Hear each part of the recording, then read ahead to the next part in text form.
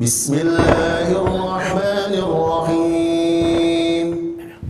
Assalamualaikum warahmatullahi wabarakatuh. Innal hamdalillah nahmaduhu wa nasta'inuhu wa nastaghfiruh wa na'udzu billahi min shururi anfusina wa min sayyiati a'malina. Man yahdihillahu fala mudhillalah wa man yudlil fala hadiyalah. Asyhadu an la ilaha illallah wahdahu la syarikalah wa asyhadu anna Muhammadan abduhu wa rasuluh. Ya ayyuhalladzina amanu taqullaha haqqa tuqatih wa la tamutunna illa wa antum muslimun, amma ba'd. Bapak-bapak, ibu-ibu, saudara sekalian yang dirahmati Allah Subhanahu wa taala, mari kita senantiasa untuk selalu bersyukur kepada Allah, karena dengan bersyukur Allah taala akan menambahkan nikmat-nikmat tersebut. Dan kita berusaha untuk bersabar atas segala ujian dan cobaan dengan harapan Allah mengangkat derajat orang-orang yang sabar dan juga menghapus dosa serta kesalahannya. Dan harapan kita salat subuh berjamaah ditambah dengan qobliyah, ya. Bahkan juga ada yang dengan tahiyatul masjidnya. Kemudian kita lanjutkan sejenak untuk memahami apa yang dikehendaki oleh Allah Subhanahu wa taala dan juga oleh Rasulullah SAW. Karena orang yang dikehendaki kebaikan oleh Allah akan dipahamkan tentang agamanya. Nabi bersabda, "Man yuridillah bihi khairan yufaqihu fid din." Barang siapa dikehendaki kebaikan oleh Allah akan dipahamkan tentang urusan agamanya. Dan kajian dari kitab, ya, yang judul aslinya adalah Bahjatul Qulubil Abrar wa Qurratu Uyunil Akhyar fi Syarhi Jawami'il Akhbar, yang ditulis oleh Syekh Abdurrahman bin Nasir Sa'di, ya, dengan terjemahan bebasnya mendulang faedah dari kalimat nubuwah, ya, yang kurang lebih ada 99 hadis, ya, dan kita sampai hadis yang ke-45 yang judulnya adalah yang lebih baik dahulu yang paling berhak, ya. Artinya yang lebih dulu maka dialah yang paling berhak. Kemudian dibawa oleh penulis yaitu hadis An Asmar ibn Mudarris anna Rasulullah radhiyallahu ta'ala anhu anna Rasulullah SAW qala man sabaqa ila ma lam yasbaq ilaihi muslimun fahuwa lahu, rawahu Abu Dawud. Dari Asmar bin Mudarris radhiyallahu ta'ala anhu bahwa Rasulullah sallallahu alaihi wasallam bersabda, man sabaqa ila ma lam yasbiq ilaihi muslimun. Barang siapa yang mendahului, ya, kepada apa yang belum didahului oleh seorang muslim, maka ia adalah menjadi haknya, ya. Hadis riwayat Abu Dawud, ya. Meskipun demikian ulama di sini berbeda derajat hadis, ya, karena kita membahas kitab yang diamanahkan pada saya untuk dibahas. Hadis ke-45 ini yang dibawa oleh penulis yaitu hadis Asmar bin Mudarris riwayat Abu Dawud. Ulama berbeda pendapat dalam masalah derajat hadisnya, ya, seperti Syalbani mengatakan hadis ini lemah, dhaif, ya, sementara yang lain mengatakan hasan. Terlepas daripada itu para jemaah, maka banyak hadis-hadis yang mendukung, ya, maknanya, seperti kita berada di masjid, ada tempat yang kosong, maka itu termasuk orang yang lebih dulu berhak untuk mendudukinya. Atau juga tanah-tanah yang memang belum digarap dan belum ada pemiliknya, maka yang lebih dulu dia berhak untuk mendapatkannya, ya. Seperti dalam hadis Nabi sallallahu alaihi wasallam, yaitu hadis Jabir bin Abdullah yang diriwayatkan oleh Al-Imam An-Nasai dan yang lainnya. Nabi bersabda, man ahya ardon maitatan falahu fiha ajrun, ya. Wa ma akalatil afiyah minha fahuwa lahu sadaqah. Wa qala Ibnu Abi Bukair man ahya ardon maitatan fahiya lahu. Barang siapa yang menghidupkan, ya, tanah yang tidak tergarap alias tanah mati, maka dia dapat pahala, ya. Dan yang apa saja yang dari digarap kemudian dimakan oleh hewan misalkan, maka itu baginya sebagai sedekah. Di sini kemudian disebutkan man ahya ardon maitatan fahiya lahu. Barang siapa yang menghidupkan tanah yang mati, maka bagi dia berhak. Hadis ini, ya, sahih. Pertama yang perlu menjadi perhatikan kita, barangkali ada tanah-tanah yang tidak bertuan. Nah, pengertian tidak bertuan pada zaman sekarang memang agak berat. Kenapa? Karena mungkin barangkali semuanya dikuasai oleh negara, kan begitu. Dan memang negara punya hak untuk itu. Namun terkadang ada tanah-tanah yang memang seharusnya bisa bermanfaat, ya. Kemudian dia lebih dulu menempati itu sehingga dia mengambil manfaat, apakah itu dibuat sumur atau digarap, ya, atau yang lainnya para jamaah. Maka yang lebih dulu dia memilih hak untuk melakukannya, untuk menggarapnya, ya. Ini nas hadis. Kemudian para ulama menjelaskan hal ini adalah berlaku bagi perkara-perkara yang bersifat mubah, boleh, ya. Contoh di kendaraan, ya, di kendaraan umum, tentu saja itu adalah haknya semua.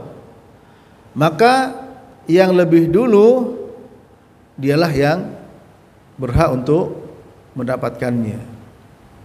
Ketika itu memang bersifat umum, ya, bersifat umum dan itu boleh. Yang boleh, tentu kalau yang haram tentu tidak boleh para jamaah, ya. Misalkan ada hewan babi misalkan, ya, bukan tidak ada pemiliknya, ini jelas haram, ya, jelas itu haram. Akan tapi bagi hal-hal yang bersifat mubah, contoh di kendaraan, di bus atau di kereta. Kereta sekarang sama bus sudah ada nomornya, ya. Tapi tempat-tempat yang memang umum, ketika mereka menempati tempat tersebut atau menggunakan fasilitas tersebut, ketika memang dia tidak bertuan, tidak ada yang memiliki dan tidak perlu berizin kepada pemerintah misalkan, namun sekarang semua perlu izin, maka yang lebih dahulu, yang lebih diberikan izin, yang lebih dulu menempati tempat tersebut. Ini termasuk di masjid, ya, termasuk di masjid para jamaah. Maka di masjid pun juga tidak boleh, ya, kemudian oh ini karena mungkin orang status sosial pendidikan tidak sama dengan yang lain, kemudian tempat-tempat tertentu diberikan kepada yang punya status sosial tertentu, maka ini juga tidak dibolehkan, ya. Seperti dalam hadis Abdullah bin Umar radhiyallahu ta'ala anhuma yang oleh Imam Muslim, ya, Bukhari dan Muslim, Nabi bersabda, la yuqimanna ahadukum ar-rajula min majlisihi thumma yajlisu fihi, rawahu al-Bukhari wa Muslim, dari sahabat Abdullah bin Umar radhiyallahu ta'ala anhuma. Tidak boleh seorang dari kalian, ya, membangunkan seseorang dari tempat duduknya, kemudian dia duduk di situ. Apakah itu di masjid atau di luar masjid, yang memang yang bersifat umum. Misalkan datang ke tempat pernikahan, ya, kemudian di situ yang duduk dekat dengan tempat makan karena biar kalau ngambil tidak terlalu jauh. barangkali dilihat, kenal dan derajatnya di bawahnya, bismillah saya mau lurus itu juga tidak boleh. Mungkin drivernya di situ barangkali kamu salah. Nah, ketika memang tempat itu untuk semuanya. Ini para jamaah. Ya, Nabi melarang, la yuqimanna ahadukum ar-rajula min majlisihi thumma yajlisu fihi. Rawahu Muslim. Tidak boleh bagi seseorang ya membangunkan atau menyuruh pindah orang ke tempat yang lain dari tempat duduknya, lalu dia duduk di sampingnya, duduk di tempat itu. Ya. Misalkan dalam masalah dalam taklim di masjid, ya, kamu mundur. Termasuk para jemaah ketika sholat soft, ya, soft sholat ini, kalau di belakang imam memang Nabi bersabda, ya, yalini ulul ahlam wan nuha, ya. Thumma alladhina yalunahum thumma alladhina yalunahum. Yang berada dekatku adalah ulul ahlam wan nuha. Ulul ahlam itu adalah yang sudah dewasa, sudah balik. Kemudian semisalnya, terutama diutamakan bagi yang memang nanti bisa membetulkan membenarkan imam atau menggantikan imam kalau imamnya batal.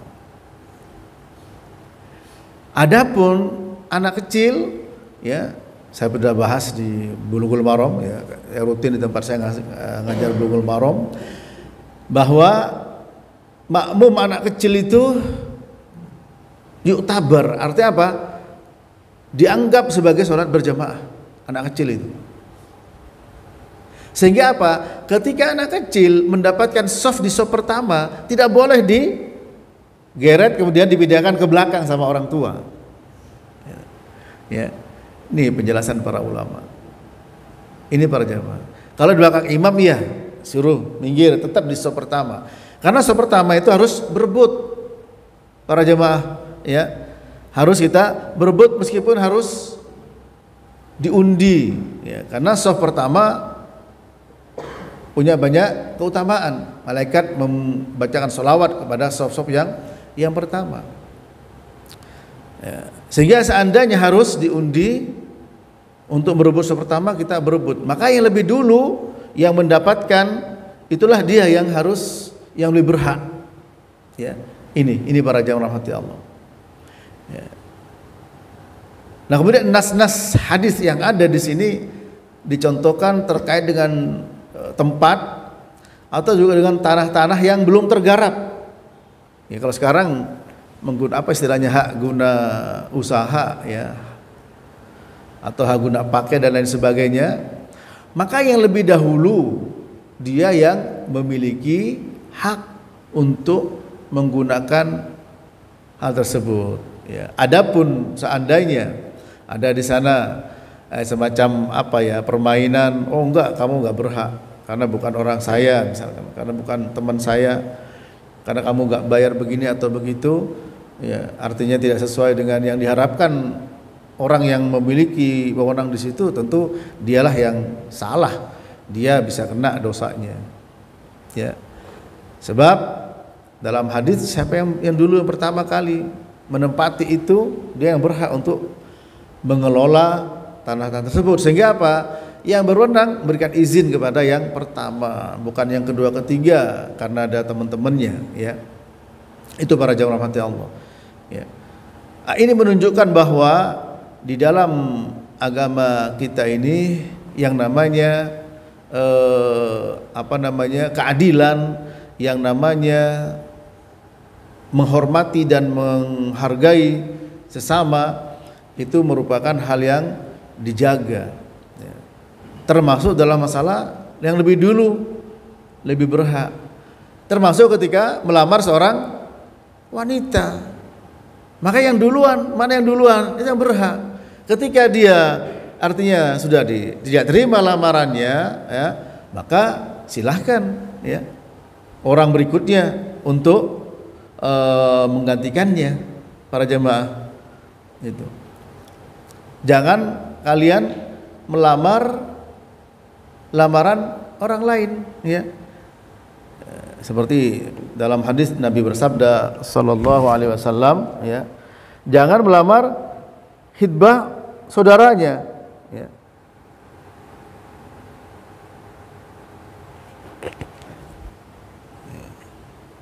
Nah ini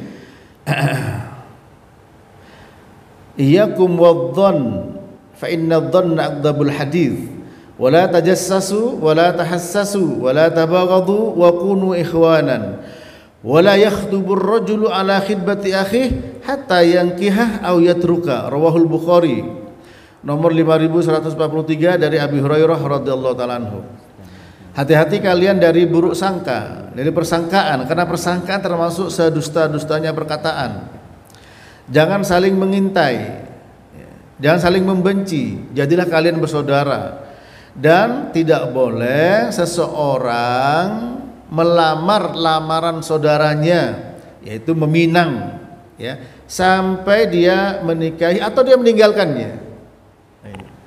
Sehingga jangan apa? Jangan menyalip tanpa klakson. Jadi harus izin. Apa kamu masih sama, kok apa namanya, sepertinya ada berita bahwa kamu sudah tidak mau sama dia. Nah itu. Oh iya benar, saya sudah enggak, silakan. Nah, baru orang jemaah.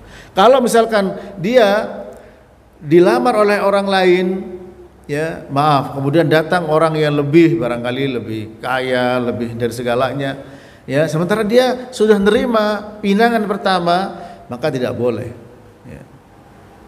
Nah, sementara perempuan tersebut, wanita itu dan orang tuanya, ya, tentu punya hak untuk menerima dan menolak, ya.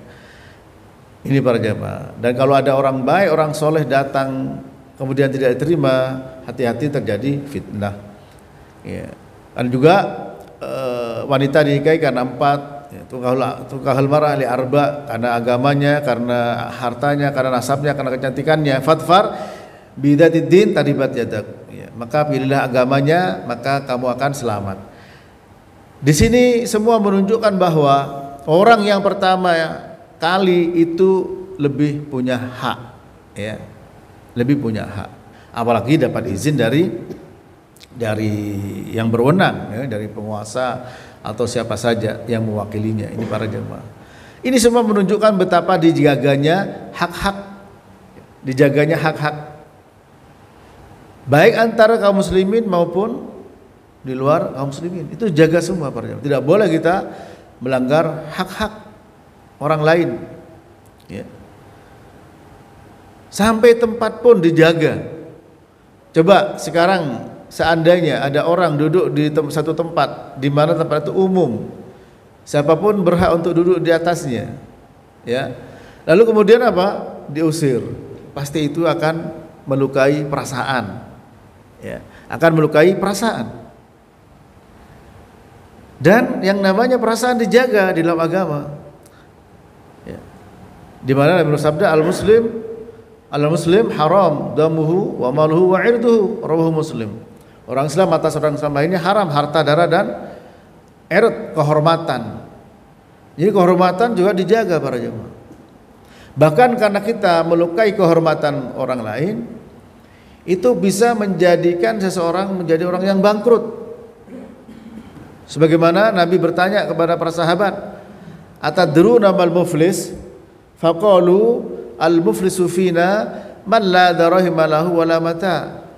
Faqala innal muflis min ummati ya'ti yaumal qiyamah bi salatin wa siyamin wa zakatin wa ya'ti wa qad syatama hadha wa qadhafa hadha wa akala mala hadha wa safaka dama hadha wa daraba hadha fayu'ta hadha min hasanatihi wa hadha min hasanatihi fa in faniyat hasanatuhu qabla an yuqda ma alayhi ukhidat min khatayahum faturihat alayhi thumma turiha finnar, rawahu Muslim. Tahukah kalian siapakah orang-orang yang bangkrut? Para sahabat menjawab, orang yang bangkrut adalah orang yang tidak punya harta, tidak punya uang, tidak punya dirham. Dan itu masuk akal, ya. Namun Nabi menjelaskan maksud orang bangkrut di sini adalah dari umatku, berarti. Dari umatku, umat Nabi Muhammad sallallahu alaihi wasallam, para jemaah. Yang datang pada hari kiamat dengan membawa pahala salat, pahala puasa, pahala zakat dan yang lain. Akan tetapi dulu di dunia dia telah mencaci maki fulan, berarti dia telah melukai perasaannya, ya. Kemudian makan harta fulan, menumpahkan darahnya, menuduh wanita baik-baik dengan tuduhan zina, ya, kemudian memukulnya. Maka apa yang terjadi? Diambillah pahala-pahala orang-orang yang telah didolimi, yang telah disakiti tadi. Kemudian masih banyak dosa yang dilakukan orang ini, sementara pahalanya sudah habis. Kemudian selanjutnya dosa-dosa orang lain diambil, diberikan kepada orang tersebut, kemudian dilempar ke dalam api neraka. Hadis sahih riwayat Imam Muslim. Ini menunjukkan betapa agama kita ini menjaga, ya, hak-hak, baik itu yang berkaitan dengan kehormatan, berkaitan dengan nyawa, dengan darah, berkaitan juga dengan harta dan yang lainnya. Ya. Sampai tempat duduk saja dilarang, ya, dilarang. Termasuk ketika kita berada di masjid sholat Jumat misalkan, ya, tidak hanya sholat Jumat, tapi di sini memang dohirnya sholat Jumat, ya. Di mana Nabi bersabda SAW dalam hadis Salman Al Farisi radhiyallahu taala anhu yang diriwayatkan Imam Bukhari, Nabi bersabda, la yaktasil rajulun yaumal jum'ah wa yatatahharu mastata'a min tuhrin wa yadahinu min duhnihi aw yamassu min tibi baitihi thumma yakhruju fala yufarriqu baina itsnain thumma yusalli ma kutiba thumma yunsitu idza takallama al-imam illa ghufir lahu bainahu wa bainal jum'atil ukhra, rawahul Bukhari, ya. Dari Salman Al Farisi. Tidaklah seorang mandi, ya, seperti mandi junub di hari Jumat, lalu dia bersuci semampunya dia bersuci, lalu menggunakan bukhur atau menggunakan minyak wangi yang ada di rumahnya. Kemudian dia keluar menuju masjid, sampai di masjid wa fala yufarriq baina itsnain, tidak memisahkan dua orang untuk ditempati. Jadi sudah orang mepet di geser. Nah, itu. Kecuali memang di situ ada tempat yang yang kosong, ya. La yufarriq baina itsnain.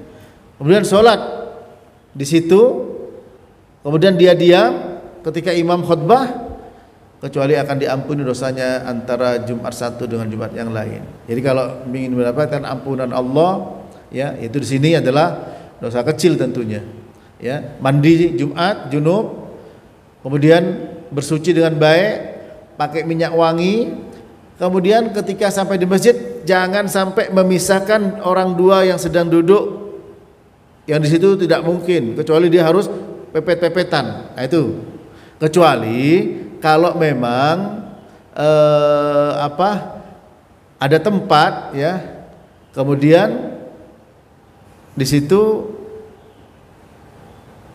ada tempat untuk untuk bisa digunakan tempat tersebut, nggak ada masalah, ya, karena lebar, ya. Karena lebar boleh para jemaah, sebagaimana dijelaskan dalam hadis Nabi SAW, ya, itu Ibnu Umar, ya,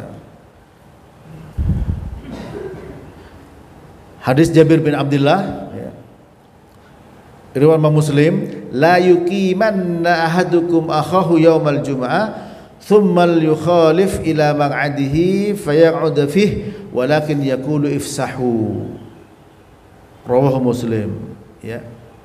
Janganlah seorang dari kalian memindahkan atau membangunkan saudaranya ketika dia Jumat. Ini juga berlaku juga di luar Jumat. Lalu dia menggeser tempat duduknya, lalu dia duduk. Tapi katakanlah ifsahu. Ifsahu itu apa? Tolong lapangkan tempatnya, lapangkan. Nah, itu pun sebelum khotib keluar, ya. Terutama ketika khotib khutbah. Tapi ketika misalkan kita masuk kok masih ada celah, ya, celah sedikit, di situ celah. Yang kita masuk sana tafassahu. Tapi kalau tidak ada celah, tidak boleh kalau sampai orang sampai mepet-mepet, kecuali seperti di mana? Di haram, ya. Kalau di haram itu memang orang benar-benar berebut dan mereka memang benar-benar penuh. Nah, itu tidak boleh sampai melangkai leher-lehernya, pundak-pundaknya. Ini para jamaah, ya, itu tidak boleh. Ini dijaga benar dalam agama Islam, ya. Sampai ada orang yang sampai naik ke leher-lehernya, ya. Nabi sampai mengatakan adzaita, ijlis adzaita, qad adzaita, ya. Engkau telah, ya, melangkah-langkahi, ya.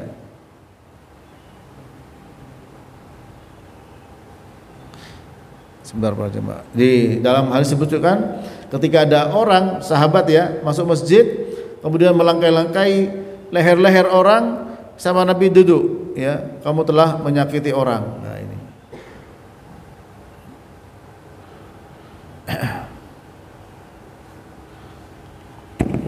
Bentar, saya ketika melakukan hal tersebut sama Nabi dilarang, ya.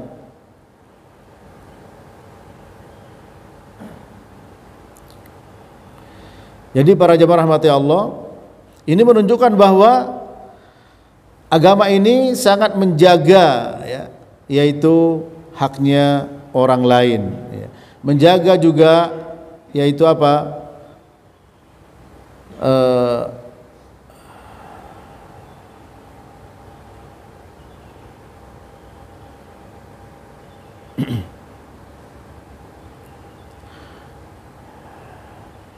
Ketika dia, ya, melangkai leher-leher, juru ijlis qad adaita, bahwa kamu sudah menyakiti, ya.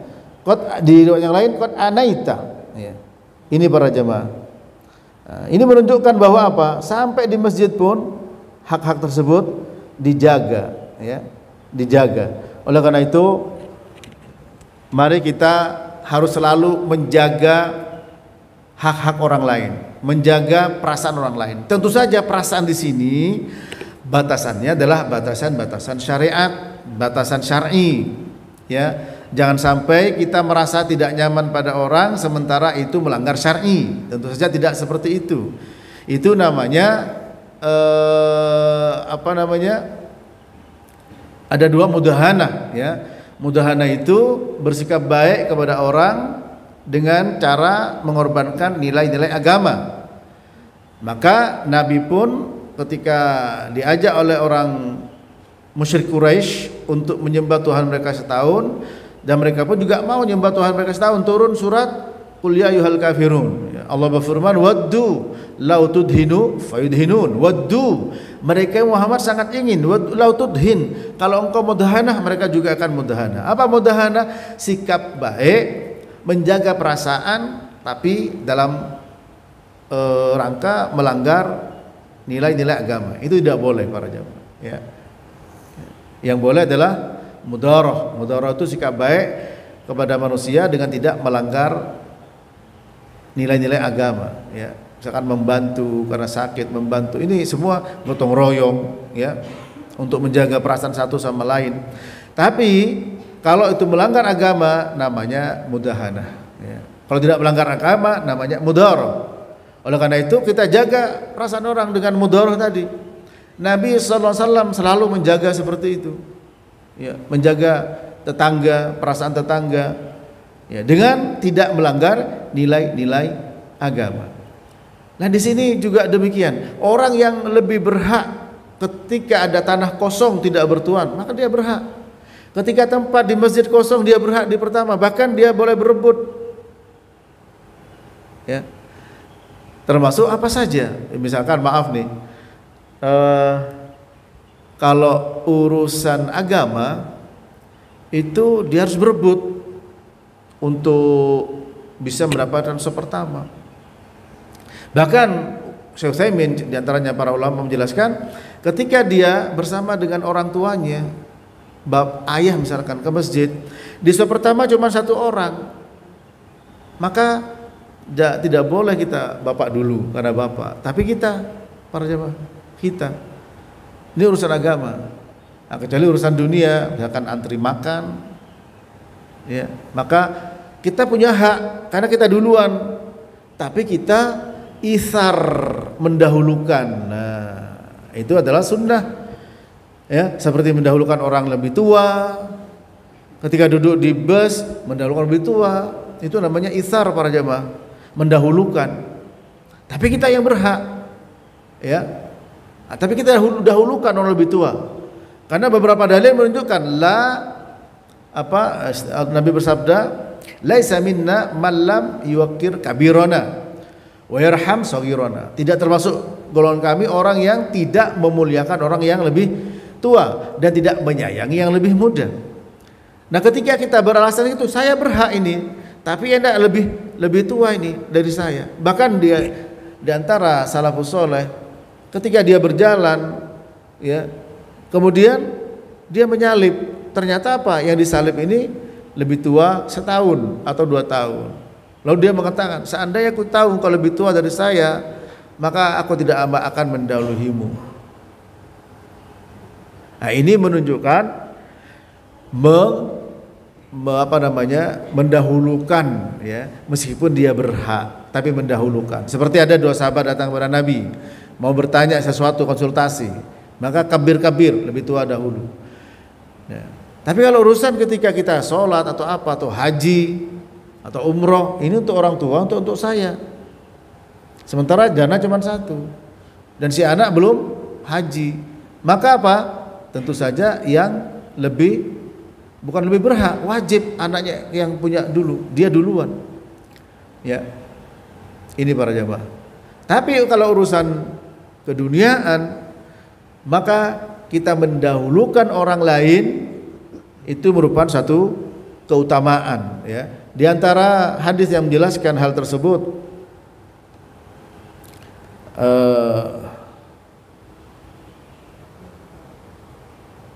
seperti hadis Aisyah radhiyallahu taala anha, dia mengatakan, ja'atni miskinah tahmilu binatain laha fa'amtuha thalathata tamrat fa'atat kulla wahidatin minhuma tamratan, ya, wa rafa'at ila fiha tamratan litakulaha fastat amataha ibnataha fashaqqatit tamra allati kanat turidu an ta'kulaha bainahuma fa'ajabani sya'nuha fadzakartu alladhi sana'at Rasulullah sallam faqala innallaha qad aujaba bihal jannah au a'taqaha biha minan nar. Hadis sahih riwayat Imam Bukhari, ya. Para jemaah rahmati Allah, yang artinya apa kata beliau? Ada seorang wanita miskin datang kepadaku, dia bawa 2 anak, lalu aku berikan kepada wanita itu 3 butir korma, dan wanita itu memberikan kepada masing-masing putrinya, ya, dengan sebutir korma 2 orang tadi. Tinggal 1 korma dia angkat, dimasukkan ke mulutnya sama wanita itu, sama ibu ini, lalu kedua anaknya merasa minta kurang, ya, kedua anaknya. Lalu dipatahin jadi 2, dikasih separuh-separuhnya kepada kedua anak itu, ya. Padahal dia tadi ingin makan. Nah, kemudian apa terjadi? Kata Aisyah, perkara ini telah membuat aku kagum, ya. Kemudian aku sampaikan kepada Rasulullah SAW, dan Nabi bersabda bahwa Allah Ta'ala memberikan dengan sebab perbuatan dia itu surga atau membebaskan dari api neraka. Coba kita perhatikan di sini para jemaah. Hadis sahih riwayat Muslim dari Aisyah radhiyallahu taala anha. Jadi kalau seorang ibu memberikan kepada anak, bukankah hal ini hal biasa? Ya. Bukankah ini hal yang biasa para jemaah? Coba ini kita perhatikan. Ya. Menunjukkan bahwa Seorang ibu ketika berbuat baik kepada anaknya, sampai maaf nih menetik anaknya, memberikan ASI kepada anaknya, merawatnya dan seterusnya, hal yang biasa. Sampai memberikan hanya kurma saja, hal yang biasa. Tapi apa yang terjadi di sini? Aisyah kagum, ya.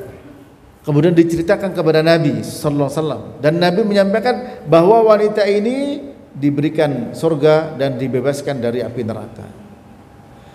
Kalau kepada anak dari seorang ibu yang itu hal yang biasa, ketika mengutamakan ini, bagaimana dengan orang lain? Nah, maka di sini para jemaah rahmati Allah, mari kita bagaimana bisa saling mengutamakan satu dengan yang lain. Bahkan para sahabat dahulu ketika perang mereka sudah pada payah, bahkan sudah dalam ambang kematian, dikasih air, didahulukan saudaranya. Dia lebih butuh. Sampai semua muter, sampai meninggal semua, sampai air itu tidak terminum, untuk mengutamakan. Nah, kalau sekarang mungkin jarang ya orang mengutamakan orang lain. Antri saja tidak mau, kadang nyerobot, ya, kadang harus robot. Dan ingat bahwa al-jaza min jinsil amal, balasan sesuai dengan perbuatan. Artinya Allah Ta'ala tidak akan menyia-nyiakan perbuatan baik sekecil apapun. Wa may ya'mal mithqala dzarratin khairan yarah wa may ya'mal mithqala dzarratin syarran yarah. Sekecil apapun perbuatan baik pasti akan ada balasan. Begitu pula yang buruk.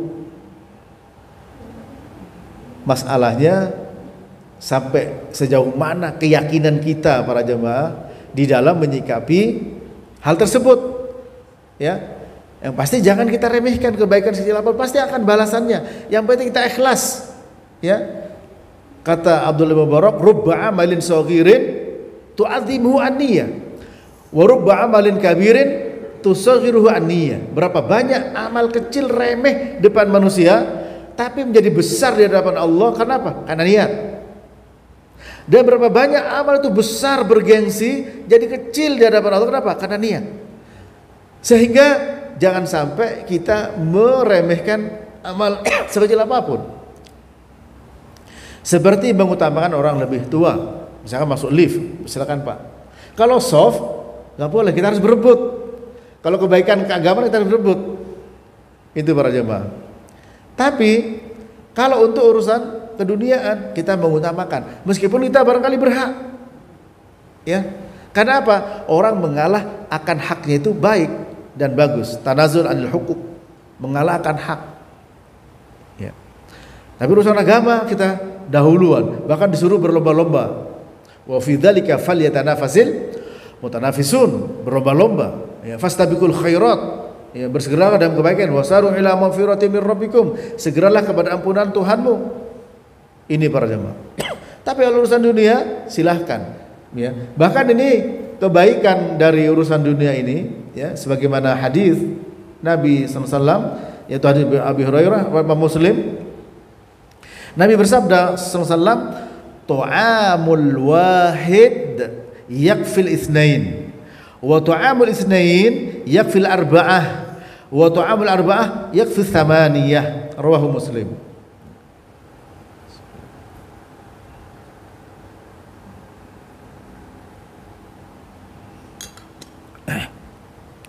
Makanan untuk satu orang bisa cukup untuk 2 orang, dan makanan 2 orang bisa cukup untuk 4 orang, dan makanan 4 orang bisa cukup untuk 8 orang. Hadis sahih Imam Muslim.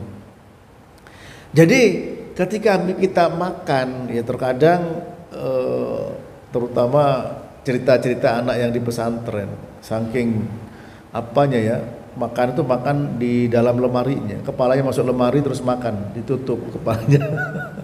Ya, karena tidak ingin teman-temannya untuk bisa nimbrung. Nah ini, ya. Nah maka kita barokah makanan untuk 1 orang bisa cukup untuk 2 orang, 2 orang bisa cukup untuk 4 orang, 4 orang bisa cukup untuk 8 orang. Ini keberkahan. Ya para jamaah, pasti di situ ada apa? Ada rahasia yang Kita barangkali tidak sampai untuk bisa mencerna dan memahaminya. Tapi yang pasti ketika kita mendahulukan orang lain, ya, sementara kita berhak, apalagi dengan pertimbangan dari sisi umur dia lebih tua, dari sisi kebutuhan, keperluan dia lebih perlu daripada kita misalkan. Ya. Namun pada zaman dimana sifat ego, ya, egosentris kata orang, individualistis, ya, maka itu semua barangkali yang bisa menjadikan apa ya, semacam keserakahan. Sudah dapat masih ambil lagi, sudah dapat ambil lagi. Tidak peduli orang lain tidak dapat.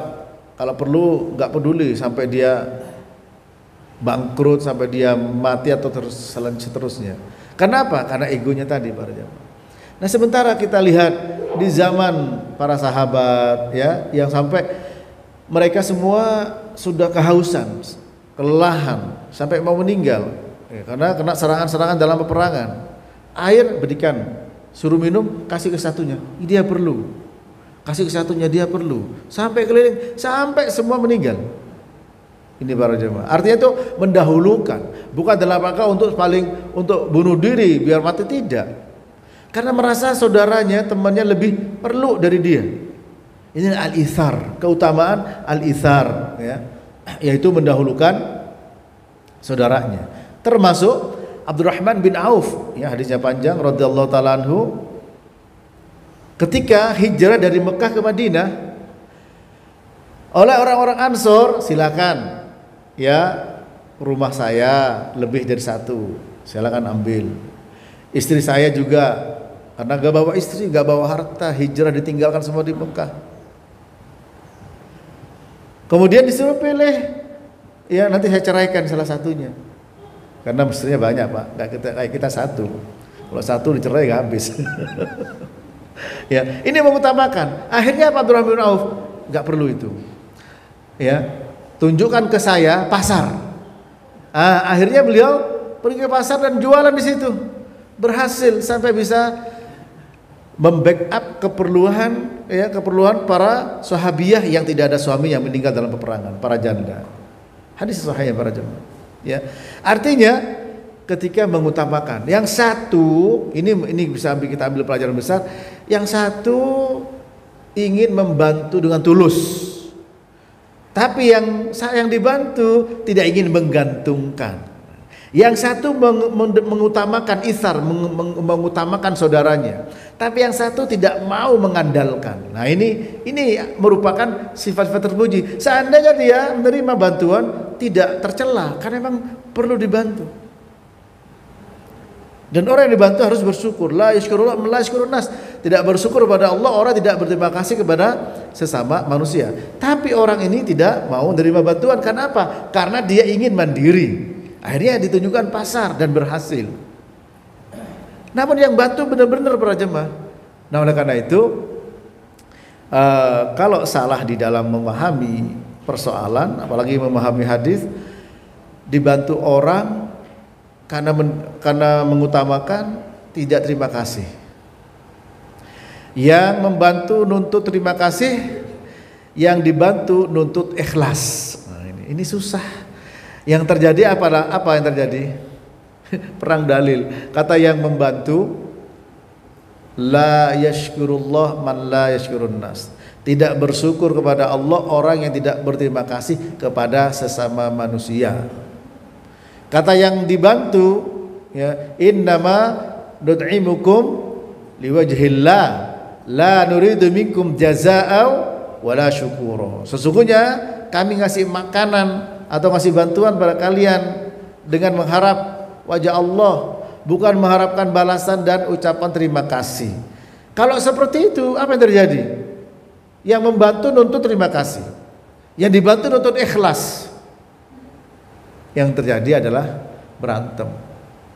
Ya, coba dibalik, yang membantu, ya, mengatakan kami ngasih bantuan mengharapkan pahala Allah, mengharapkan wajah Allah, tidak mengharapkan balasan maupun ucapan terima kasih. Yang dibantu menggunakan hadis tidak bersyukur kepada Allah, orang yang tidak berterima kasih kepada sesama manusia. Yang ada saling mendoakan, barakallahu laka fi ahlika wa malika, semoga Allah memberikan keberkahan pada hartamu dan juga pada keluargamu. Nah, ini para jemaah rahmati Allah, ya. Ini pembahasan kita adalah menjaga hak, kemudian mengutamakan orang, kemudian kita bisa melepas dan menggugurkan hak kita dalam rangka untuk apa? Untuk mengutamakan orang lain, mungkin karena umurnya. Ya, ketika masuk lift sudah orang tua nunggu, atau di bus kita duduk, hak kita duduk, ya, hak kita. Apalagi kalau memang lebih dulu tanpa tiket. Bahkan ketika apalagi dengan ada tiket, kita duduk, tapi ada orang lebih tua, ya. Kemudian kita isar, mendahulukan dia, mengutamakan. Itu suatu keutamaan para jemaah, sangat besar, yang sangat besar sekali. Nah, ini ketika misalkan antri apa, ini ada orang di belakang kita, ini sudah ibu-ibu gendong anaknya, silakan duluan. Nah, ini mengutamakan seperti itu juga termasuk dari keutamaan. Nah, bagaimana kita bisa memiliki sifat-sifat terpuji tersebut, ya? Dan jangan kita remehkan, pasti ada balasannya. Pasti ada balasannya. Sekecil apapun perbuatan yang baik atau yang buruk, pasti ada balasannya. Apakah ketika kita tidak mengutamakan termasuk perbuatan tidak terpuji atau perbuatan dosa? Ya tentu saja ketika kita menjaga bertahan dengan hak kita, yaitu hak kita. Ya. Kemudian ketika ada orang lain tidak kita utamakan, sementara dia barangkali masih bisa bertahan, ya kita tidak dosa. Cuman kalau sudah melihat orang sudah payah berdiri, sudah tua, ibu hamil atau gendong anaknya, ya sudah kepayahan, ya sementara kita masih bisa berdiri, ya kita bisa dosa gara-gara hal tersebut. Karena apa? Itu bisa kategori mencelakakan orang lain, ya. Itu kan ada yang lain, ya semua dosa. Dan kita yang ngerti, kemudian berdiri, duduk, dari duduk diberikan pada orang, itu adalah bukan hanya sekedar keutamaan, ya. Sebab tidak boleh membiarkan la darara wala dirar, tidak boleh semua berbahaya. Ibu ini yang hamilnya kalau berdiri terus dia bahaya misalkan. Kemudian ibu ini gendong anaknya berdiri, ya di bus atau di mana, bahaya. Sementara kita bisa pindah. Nah, kalau sudah kita bisa menilai bahwa itu bahaya, tentu kita dosa para jemaah. Kita dosa. Nah, namun kalau kita hanya sekedar mengutamakan, kemudian misalkan nih, ya baru datang orang tua, dan dia bisa pegangan, sementara kita mungkin kelelahan, kita ingin melepas sejenak kelelahan kita berapa menit, baru nanti tak berikan kepada orang ini, itu nggak ada masalah.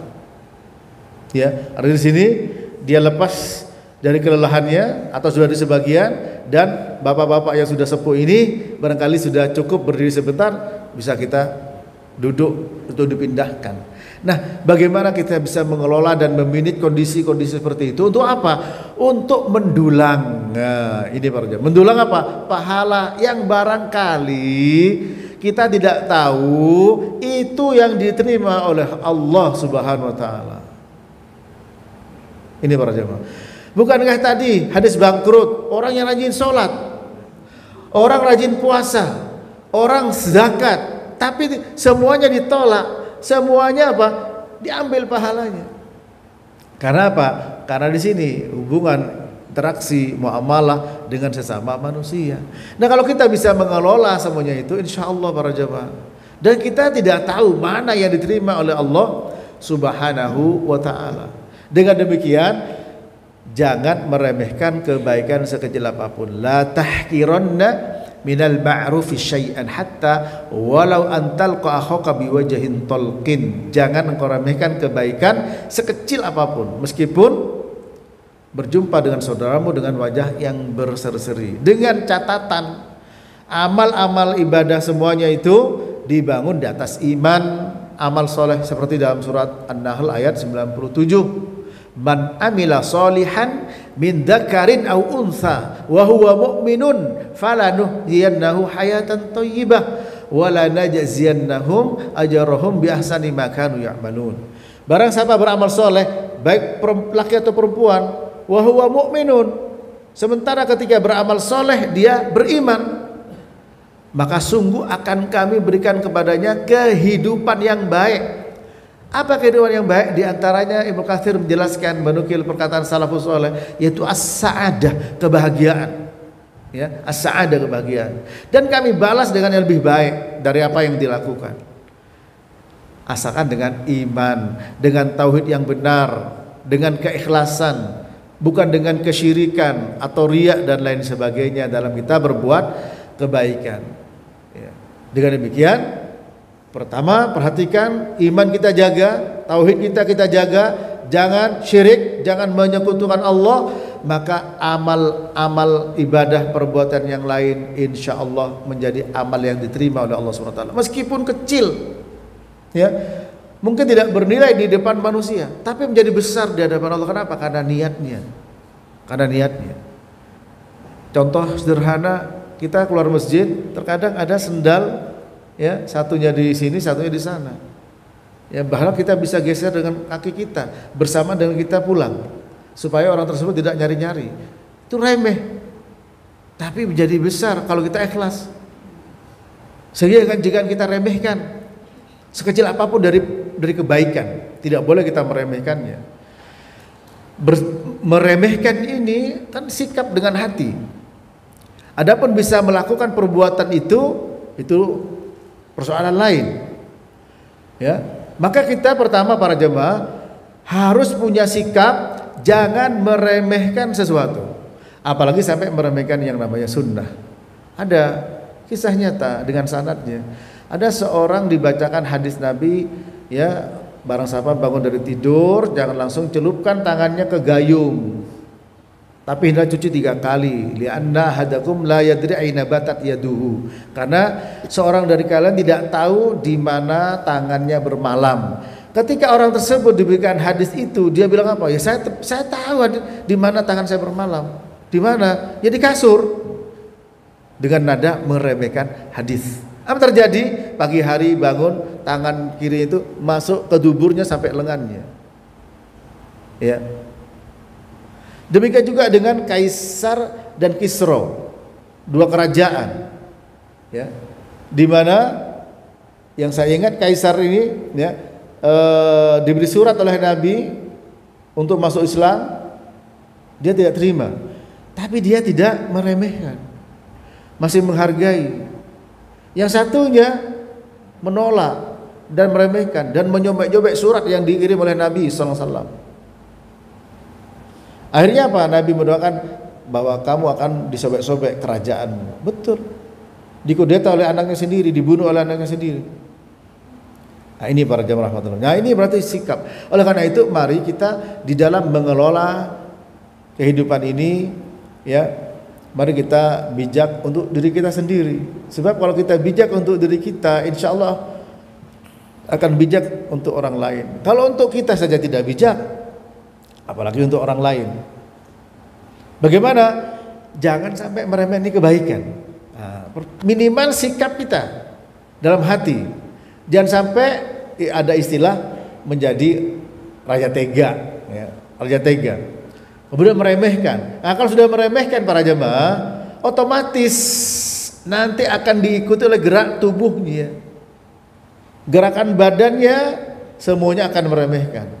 Tapi orang yang tidak meremehkan belum tentu tangannya mampu untuk membantu, belum tentu lisannya mampu untuk membantu para jemaah, tapi tidak meremehkan. Nah, ini. Oleh karena itu, mari ketika kita menghadapi hal-hal tersebut, ya, jangan meremehkan kebaikan, sekecil apapun. Soft pertama berebut, ya, jangan sampai soft pertama tafadhol, silakan kepada orang lain, tapi kalau bagian prasmanan ya nomor pertama, prasmanan nomor pertama. Ini tentu ini tidak bijak untuk untuk dirinya sendiri. Ya. Kalau perlu prasmanan berhak dia pertama. Oh, di belakang saya kok ada orang lebih tua dari saya. Pak, silakan duluan. Silakan. Oh, enggak silakan. Nah, itu lain lagi. Ketika orang itu menolak, ketika kita menawarkan. Tapi kita sudah mendahulukan orang lebih tua. Ini para jamaah ya. Demikian ya ulasan ini.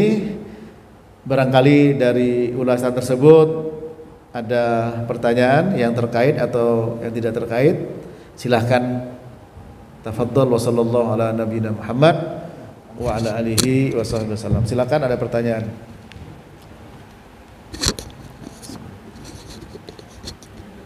Bismillahirrahmanirrahim. Assalamualaikum warahmatullahi wabarakatuh. Waalaikumsalam warahmatullahi Ustaz, wabarakatuh. setiap tahun, setiap Idul Adha kita tuh ada kegiatan penyembelihan atau hewan kurban. Nah, sebagian panitia nih sholatnya gantian, sholat zuhur biasanya, zuhur dan asar, karena pertimbangan keamanan. Nah, bagaimana Ustaz sarannya? Satu itu, kedua anak-anak tadi yang sholat pertama kita dilarang untuk memindahkan. Nah, demi biasanya anak-anak kalau udah ngumpul lebih dari satu itu berisik di sholat pertama. Itu Ustaz, mohon nasihatnya Ustaz. Assalamualaikum warahmatullahi wabarakatuh. Waalaikumsalam warahmatullahi wabarakatuh. Iya. Ketika kondisi tertentu ya, kemudian sholatnya bergantian dalam pengertian berjamaah, nanti ada jamaah berikutnya, maka di sini ada beberapa tinjauan ya. Pertama memang ada pendapat berbeda adanya jamaah 2 kali dalam satu masjid ya. Dan yang saya ambil sebagai pendapat yang kuat dan rojih atau kuat adalah terjadinya jamaah sekali. Kenapa? Karena ketika sahabat diantaranya Abdullah bin Mas'ud terlambat ya bersama dengan beberapa kawannya, maka dia pulang ya sholat di rumahnya. Tapi ada juga pendapat mengatakan boleh jemaah 2 kali dalam itu masjid. Tapi bagi saya pribadi yang rojih adalah sekali. Yang pertama. Yang kedua tinjauannya adalah ketika dalam posisi pengamanan ya. Maka dalam posisi pengamanan, orang yang punya tugas untuk mengamankan itu boleh tidak sholat berjamaah seperti security. Dan bisa dilihat ya, bisa dilihat di haram. Maka di situ para askar polisi kan tidak sholat itu ketika harus sholat jamaah. Ya, karena beberapa kali terjadi penganiayaan terhadap kepada imam, termasuk Syekh Sudes ya, mau dipukul. Karena ada pengaman langsung nih. Berarti ini boleh memang. Termasuk security, dia tidak sholat jamaah karena ada pengamanan. Contohnya juga mengamankan barang-barang. Untuk kemudian nantinya karena dapat tugas, silakan dia sholat. Kalau pendapat saya yang kuat, ya sholat sendiri-sendiri di masjid tersebut karena sudah ada sholat berjamaah. Maka ini jawabannya. Ya, Allahu a'lam bishawab. Jadi saya ulang. Ya, pendapat yang rojih sekali berjamaah bagi saya. Ketika petugas tadi jaga, ketika saya silakan sholat sendiri-sendiri. Ya, karena memang itu darurat untuk dijaga. Ya. Nah kemudian dia insya Allah tetap, karena dia tidak dalam rangka niat untuk meninggalkan sholat berjamaah, ya, karena dapat tugas untuk pengamanan tadi. Dan insya Allah yang tidak berniat untuk meninggalkan sesuatu yang diwajibkan, atau dia berniat untuk melakukan sesuatu yang hukumnya wajib atau sunnah, kemudian dia tidak bisa mengerjakannya, tetap dapat pahala sempurna. Man hamma bihasanatin walam ya'malha kataballahu indahu hasanah kamilah. Muttafaqun alaih. Barang siapa bersungguh-sungguh untuk melakukan satu kebaikan namun tidak sampai dia melakukannya, Allah mencatat pahala sempurna. Nah ini. Yang kedua, untuk anak-anak memang tidak boleh. Para ulama mengatakan tidak boleh. Dan sholatnya anak-anak itu juga dianggap sebagai sholat berjamaah. Ya, dalam kitab di Bulughul Maram dijelaskan di situ. Ya, ada Ibnu Abbas pernah ya datang sholat bersama Nabi. Nabi ketika sholat sendiri, kemudian dia di samping kirinya. Di samping kiri berarti ya di samping kiri ya. Ya di sininya ya kalau mau kiblat. Kemudian pegang kepalanya dibalik untuk ke sini. Ya. Dan juga sahabat yang Jabir sholat ya anak kecil bersama dengan perempuan. Ya anak kecil di depan, perempuan di belakang, dewasa. Menunjukkan kejamaahnya anak kecil itu juga dianggap sebagai sholat berjamaah. Nah, ini penting pertama. Nah kemudian ketika dia berada di saf pertama pun juga tidak boleh. Bahkan hadis-hadis yang mengumpulkan anak-anak di belakang anak kecil itu hadisnya lemah, hadisnya dhaif. Nah kemudian betul bapak tadi bilang bahwa kalau dia anak kecil bertiga bersama itu bisa berisik. Oleh karena itu yang jemaah yang dewasa harus berada di antara anak-anak tersebut. Ayo kamu di sini ya, itu tidak ada masalah. Digeser tetap di saf pertama. Ya. Oleh karena itu para jemaah jangan sampai kita kalah dengan anak-anak kecil yang mengisi saf yang pertama. Kita harus berlomba. Bahkan ketika datang pertama ke masjid itu sudah jaga saf pertama masih banyak kosong. Jangan sampai kita di sana kemudian nanti pelan-pelan datang ke depan nunggu orang lain, tafadhol silakan. Nah, urusan saf banyak yang silahkan, tapi urusan sop ya antara soft dan sop ya, sop hidangan makanan di prasmanan maka berebut duluan. Nah ini antara sop dan soft ini ya.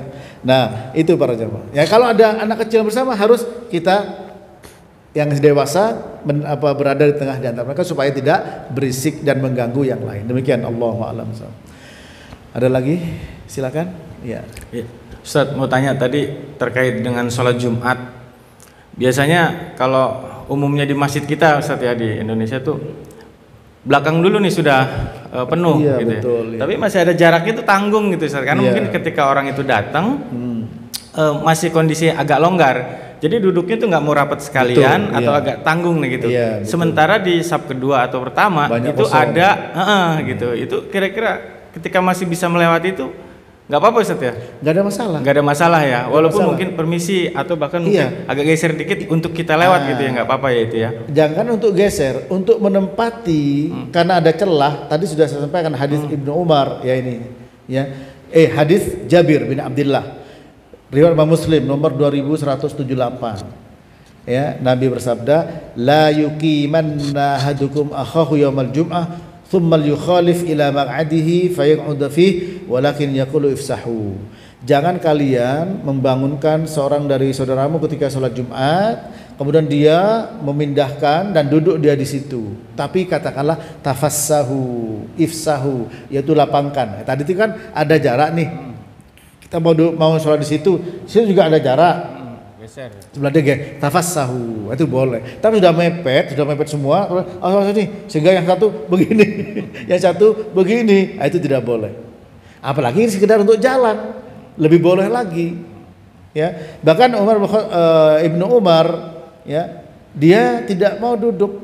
Ya, sebagaimana hadis Abdullah bin Umar, Imam Muslim, la yuqimanna ahadukum akhahu thumma yajlisu fi majlisihi wa kana Ibnu Umar idza qama lahu rajulun an majlisihi lam yajlis fihi, rawahu Muslim. Jangan seorang dari kalian membangunkan saudaranya kemudian duduk di tempat duduknya. Ibnu Umar ketika ada orang bangun tempatnya dipersilakan untuk dia tidak mau duduk. Itu ya, untuk memahami hadis jangan membangun orang itu. Meskipun seharusnya kalau ini di masjid memang nggak boleh mendahulukan, itu menunjukkan ini di masjid ini di hari Jumat ya, di masjid ini para jemaah. Dengan demikian ya kita bukan di masjid ya, ini umum ya, ini umum. Namun kalau misalkan orang itu mendahulukan kita ya gak ada masalah. Tapi beliau tidak ingin terkena hadis tadi membangun orang gara-gara dia. Ya, gara-gara mungkin saya kedudukan dia atau apa. Ini tidak ingin. Tapi seandainya mau boleh karena dia telah merelakan tempatnya. Tapi kalau di masjid saf pertama, antum aja saya mundur 2, itu tidak boleh. Ya tidak boleh. Tapi kalau prasmanan boleh. Silakan. Ya, kalau untuk urusan lain boleh. Ya. Apalagi antum tadi hanya sekedar lewat, ada celah, maka boleh. Tapi kalau ini rapot lalu kita melangkahi leher-lehernya, itu tidak boleh. Ya. Takhattori qoban nas, itu tidak boleh. Ya. Terus selanjutnya ini Ustaz, di hari Jumat Ustaz kan seringkali jamaah itu ketika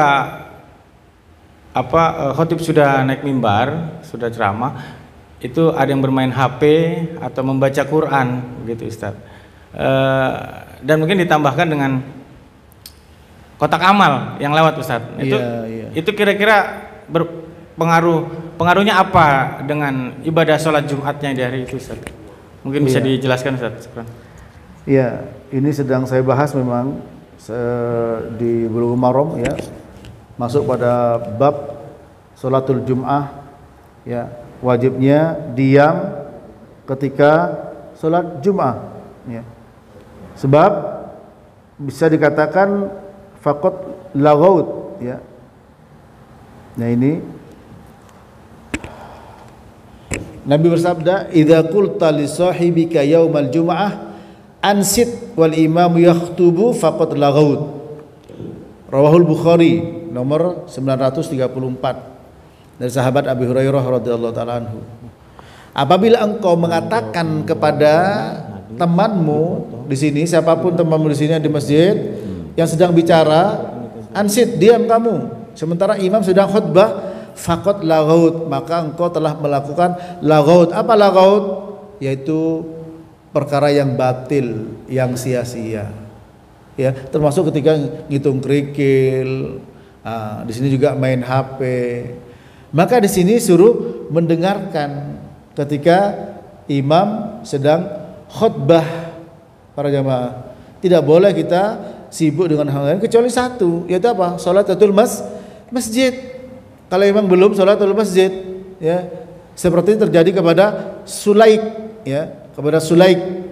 Ya. Nabi mengatakan, ya Sulaik, ya, apakah kamu sudah sholat ke masjid? Ya. Belum ya Rasul, sholat. Ya. Ja'a Sulaik al-Ghatafani yaumal Jum'ah wa Rasulullah sallam qa'idan 'alal mimbar. Faqa'ada Sulaik qabla an yusalli faqala lahu an-nabi sallam araka'ta rak'atain? Qala la. Qala qum farka'huma.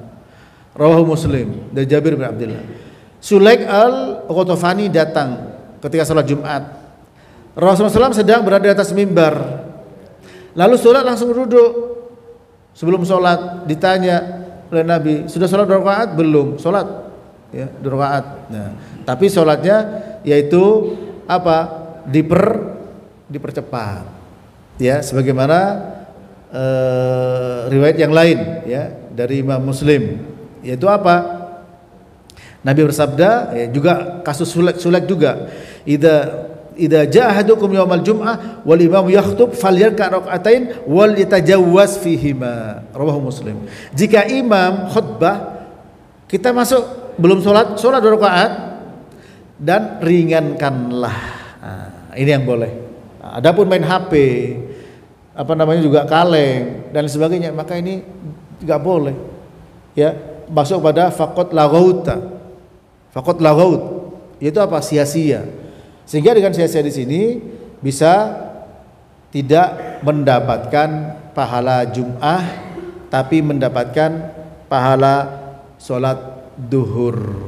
Ya, man algho, ya, faman lagho, ya. Faman lagho, tapi tidak sempurna, ya. Barang siapa yang lagho dan melangkai orang-orang, ya, maka dia fala jum'atalah, ya. Man lagha wa takhatta riqaban nas kanat lahu duhron. Barang siapa yang lagho, ya, lagho itu ya ngomong atau main HP atau yang lain-lain, tidak mendengarkan khutbah dan juga melangkai leher-leher manusia, maka dia tidak dapat sholat Jumat, tidak dapat pahalanya Jumat, kanat lahu duhron, seperti sholat duhur. Hadis ini ya dibawa maknanya oleh Ibnu Hajar dalam Bulughul Maram, ya. Laisat lahu Jum'ah. Laisat lahu Jum'ah di sini maksudnya bukan tidak sah, meskipun Ibnu Hazm mengatakan tidak sah. Tapi apa? Tidak mendapatkan pahala sholat Jumat, tapi mendapatkan pahala sholat duhur. Ya, gugur baginya Jum'ah, tapi pahalanya tidak seperti pahala Jumat. Demikian. Baca Quran ya, Ustaz? Ya. Di HP baca Quran gitu atau baca mushaf? Ya, tidak boleh. Tidak boleh juga itu. Tidak boleh. Ya, kenapa? Karena khutbah harus didengarkan. Ya. Harus didengarkan para jemaah. Gitu. Man tawadda'a fa ahsanal wudu'a tsumma atal jum'ah fastama'a wa ansota ghufira lahu ma bainahu wa bainal jum'ah wa ziyadatu thalathati ayyam. Ya, wa man masal haso faqad lagho. Rawahu Muslim nomor 857 dari Abu Hurairah.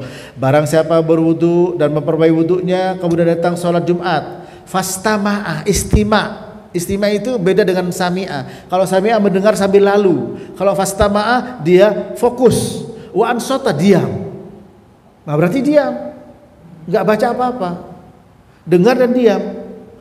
Diampunkan dosanya antara Jumat satu dan Jumat yang lainnya, dan ditambah 3 hari. Dan barang siapa wa man masal haso faqad lagho. Barang siapa memegang haso di sini kerikil-kerikil. Dulu kan masjid Nabi tidak ada karpet begini, ya tanah. Mungkin orang pegang kerikil, main-mainan batu, ini mainan HP. Faqad lagho juga. Itu sia-sia dia. Demikian. Ya. Nah, oleh itu jangan ditinggalkan semuanya para jamaah. Ya, baca Quran, dzikir semua tinggal fastama wa ansota. Mendengarkan dan diam, mendengar dan diam. Bahkan ketika mengatakan diam, itu juga lago, faqad lago. Kamu jangan ngomong, diam, diam. Ya. Tapi gak ngomong pakai isyarat juga sama, biarkan saja. Tapi imam boleh ngomong sama makmum seperti Sulaik tadi, sudah sholat, belum sholat. Ya, atau makmum ngomong sama imam seperti siapa? Ketika orang minta hujan, Nabi sedang khutbah, orang baru datang, ya Rasul, kita tanah sudah tandus kering, ya, ini sudah pecah banyak hewan mati, tolong kita doa. Ini makmum bicara sama imam, boleh, Nabi mendoakan. Akhirnya hujan lebat, banjir. Jemaah berikutnya, ya Rasul, tolong minta pada Allah Ta'ala supaya apa? Hujan dihentikan. Nabi doa, tadi minta hujan, sekarang minta dihentikan. Ya. Nah itu makmum bicara sama imam, atau imam bicara sama makmum. Ini penjelasan Ibnu Qayyim al-Jauziyah juga dengan hadis yang sudah saya sampaikan tadi. Ini boleh, gak ada masalah. Ini tidak boleh antar makmum dengan makmum. Imam dengan makmum boleh. Makmum dengan imam juga boleh. Ustadz, tolong jangan lama-lama. Misalnya khutbah sampai 45 menit. Ya itu ya bolehlah kita bicara. Tolong Ustadz. Boleh. Nah, cuman masalahnya berani apa enggak, itu masalahnya. Ya, jadi ribut ya. Ini para jamaah. Boleh imam ngomong sama makmum, boleh. Makmum ngomong sama imam juga boleh. Ya, dan dalilnya jelas. Demikian. Cukup. Ada lagi ya? Ada pertanyaan Ustaz masuk. Ya, Pak, silakan. Lewat WhatsApp. Silakan Pak ya. Jika sebelum Idul Fitri atau Idul Adha ada beberapa jamaah yang menggelar sajadah setelah sholat subuh biar kebagian tempat di shaf depan pada saat sholat Idul Fitri, apakah itu boleh Ustaz? Ya, dia sudah booking ya, sudah booking pertama. Iya. Iya. Apakah hal tersebut menjadi haknya dia? Dijelaskan juga di sini, jika dia memang sudah berusaha di awal seperti itu, asalkan tidak sampai membayar orang seperti di haram, ya, sebenarnya hal tersebut tidak diperkenankan, karena ketika dia pasang begitu tidak ditempati, kecuali ya dia berada pertama, terutama di Ramadan Pak, di haram itu sudah benar-benar deh ya di booking semua, kecuali dia sudah ada sejadah dari awal, kemudian dia keluar karena batal wudu, lalu dia wudu ada keperluan, nah, itu sudah memang ditempati. Kalau memang belum ditempati kemudian di booking biar dapat pertama, nah ini ya yang lebih dulu berhak di sana.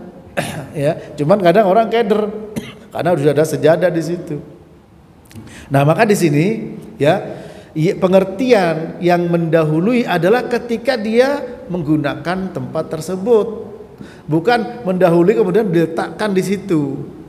Ya, kalau seperti itu ada kemungkinan orang tersebut tidak datang, tiba-tiba sholat tempat lain, tiba ada keperluan, wah sudah kosong, dikira ada orangnya, kan begitu. Ya, nah ini tentu saja harus dihindarkan dari kondisi seperti itu, apalagi sampai bayar orang. Ya. Barangkali sampai di sini. Baik. Ya, mudah-mudahan bermanfaat para jamaah. Syukron wa jazakumullah atas kebersamaan antum. Semoga kita selalu istiqomah dan jangan meremehkan kebaikan sekecil apapun dan juga jangan meremehkan keburukan sekecil apapun. Karena itu semua akan ada nilainya. Ini sikap. Adapun kita bisa berbuat kebaikan atau melakukan atau melanggar keburukan, itu lain urusan. Yang penting hati kita di sini jangan sampai meremehkan dulu. Tapi insya Allah kalau kita tidak meremehkan, Allah Ta'ala akan berikan pertolongan. Ya, ihfadillah yahfadka, jagalah Allah, Allah akan menjagamu. Allah berfirman, walladzina jahadu fina lanahdiyannahum subulana. Siapapun yang sungguh-sungguh di jalan kami, sungguh-sungguh, kalau sungguh-sungguh kan di hatinya, sungguh-sungguh, dimulai dari sini, akan diberikan jalan, dimudahkan insya Allah. Ya, demikian. Tapi kalau sudah hatinya meremehkan kebaikan, hatinya meremehkan keburukan, ya jangan harap fisiknya akan bisa melakukan kebaikan. Ya, itu kalau kita benar dalam menyikapi. Yang penting hati. Ada yang penting hati cuma sekedar omongan. Tidak dibarengi dengan kesungguhan hati tadi para jamaah. Ya, kesungguhan hati insya Allah ditolong. Demikian, kurang lebihnya mohon maaf. Wassallallahu ala nabiyyina Muhammadin wa ala alihi wa sahbihi wasallam. Subhanakallahumma wa bihamdik asyhadu an la ilaha illa anta astaghfiruka wa atubu ilaik. Wassalamualaikum warahmatullahi wabarakatuh.